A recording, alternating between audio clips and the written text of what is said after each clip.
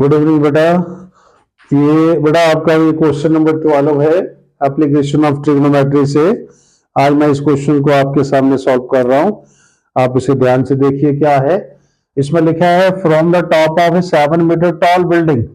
एक तरफ आपकी बिल्डिंग है बेटा और दूसरी तरफ आपका केबल टावर है।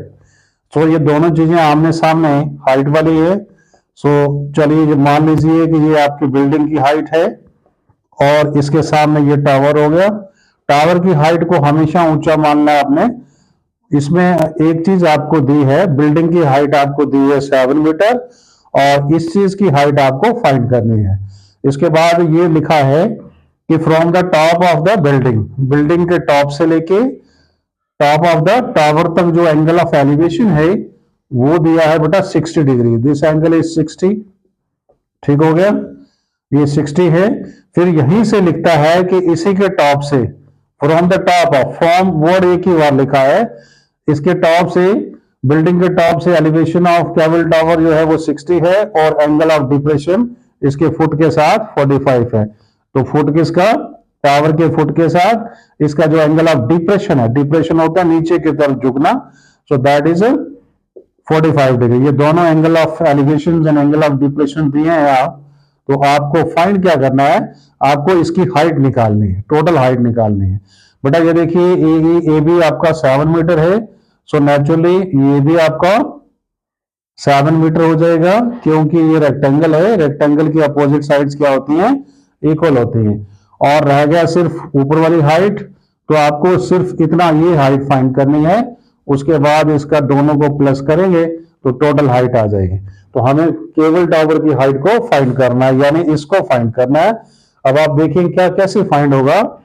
सबसे पहले हम ये राइट ट्रायंगल लेंगे ए डी, एंगल ऑफ ये जो आपका एंगल है इसके सामने वाली साइड को हम हमेशा परपेंडिकुलर मानते हैं और ये इसका बेस रहा। तो परपेंडिकुलर और बेस दोनों टैन में आते हैं बेटा, इसलिए हम टैन का इस्तेमाल करेंगे। इक्वल टू परपेंडिकुलर और बेस। एक बार फिर से, इसके सामने वाली साइड परपेंडिकुलर है और ये आपका बेस है। tan 45 इक्वल टू 1, DE 7 है और आपको AE फाइंड होगा। यहां से AE किसके बराबर हो जाएगा, 7 मीटर के बाद। नाउ AE आपने फाइंड कर दिया। अब आप इस राइट ट्रायंगल में आ जाएंगे। AEC, इसके सामने वाली side perpendicular, this one is base. Again you will use tan 60 equal to perpendicular upon base. tan 60 की वैल्यू अब जानते हैं, स्क्वायर रूट ऑफ 3। CE कितना है, H, और AE अभी आपने यहां फाइंड किया था 7। तो टोटल कितना हो गया बेटा, H कितना हो जाएगा, इसे क्रॉस मल्टीप्लाई करेंगे, ये आपका H फाइंड हो गया। हाइट फाइंड यहां तक फाइंड हो गया। आपको टोटल हाइट चाहिए तो नीचे 7 है उसको प्लस कर दें तो आपकी टोटल हाइट आ जाएगी और यही आपको फाइंड करना है। Total height of tower is H plus 7।